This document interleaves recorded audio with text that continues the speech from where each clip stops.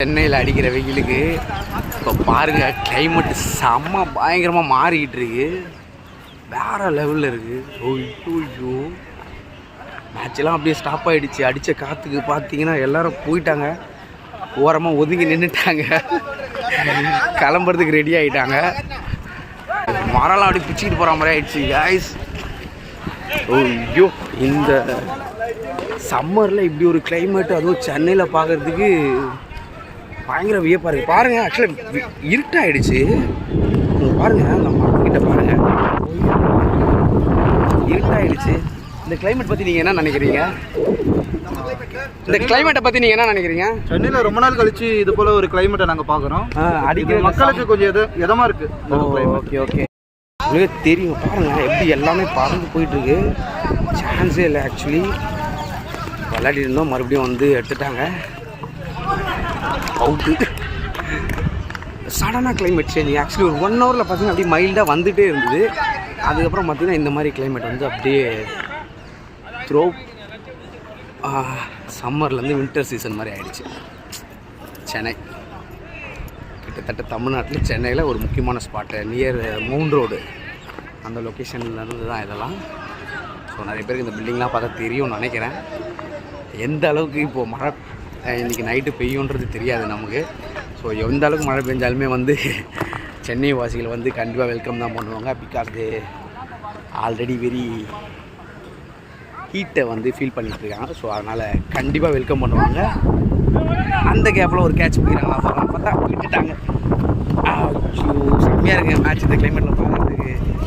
வாங்க நம்ம வந்து இன்னொரு ஒரு ஆல்ரவுண்டர்கிட்ட வந்து கேட்போம் இந்த கிளைமேட் எப்படி இருக்குன்னு சொல்லிட்டு. இந்த கிளைமேட்டை பற்றி நீங்கள் என்ன நினைக்கிறீங்க? சடனாக சென்னையில் எப்படி ஒரு சேஞ்ச் ஓவர்? யாரும் எதிர்பார்க்கல இது போல் ஆகணும். ஆனால் பட்டு மழை வந்தால் கொஞ்சம் சில்னஸ் கிடைக்கும்.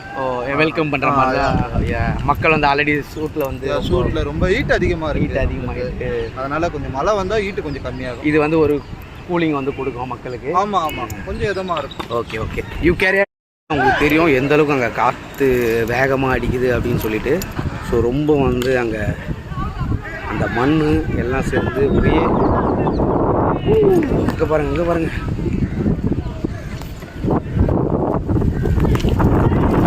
இப்படி ஒரு மரத்தை நீங்கள் பார்த்துருப்பீங்களா? இங்கே பாருங்கள், கதை பாருங்கள்.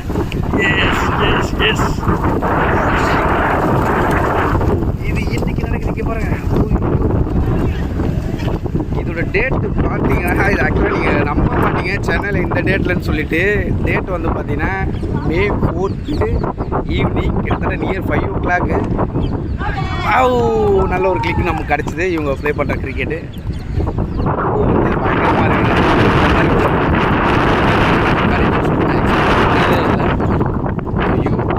சீக்கிரமாக கேட்டு போகணும். டேஞ்சரான டைம் தான் வெளியில் இருக்கக்கூடாது. அதுதான் நம்ம மக்களும் சொல்ல வர்றது. ஸோ இப்போனா என்ன வேணால் நடக்குது தெரியும்.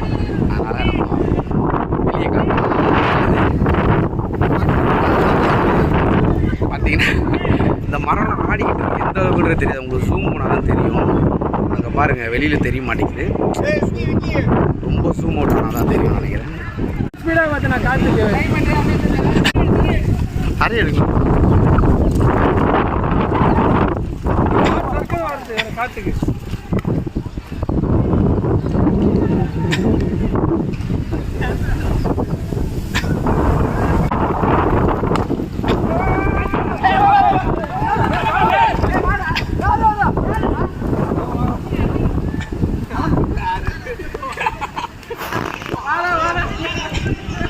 லாஸ்ட் பால் தானே வந்துருக்கலாம்ல.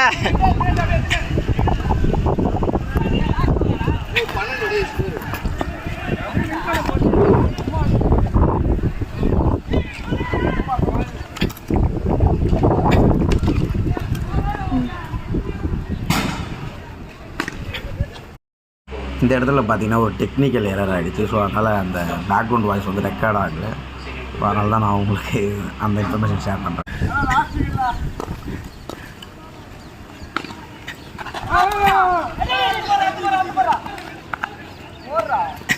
சின்ன ஓடு ஓடு ஓடு.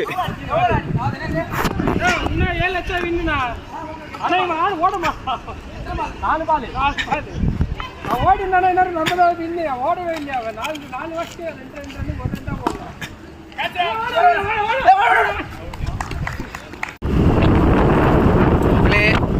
பார்த்தீங்கன்னா உங்களுக்கே தெரியும் பயங்கரமாக இருக்குது. பாருங்கள் எவ்வளோ இலைகள் கொட்டி கிடக்குதுன்றது. காற்றுலாம் பயங்கர ஆக்ரோஷமாக அடிச்சிட்ருக்கு. ஐயோ, சென்னையில் அதுவும் மே மந்த்து 4th டேட்டு, இந்த டேட்டில் இப்படி ஒரு சம்மர் சீசனில் இப்படி ஒரு கிளைமேட்டை வந்து ரொம்பவே வந்து ஆச்சரியமாகவும் பயங்கர ஆர்வத்தோடுமே மக்கள் வந்து வெல்கம் பண்ணுவாங்கன்னு நினைக்கிறேன். ஏன்னா அந்த சில்னஸ் கிடைக்கும் மக்களுக்கு, பயங்கரமாக இருக்குது.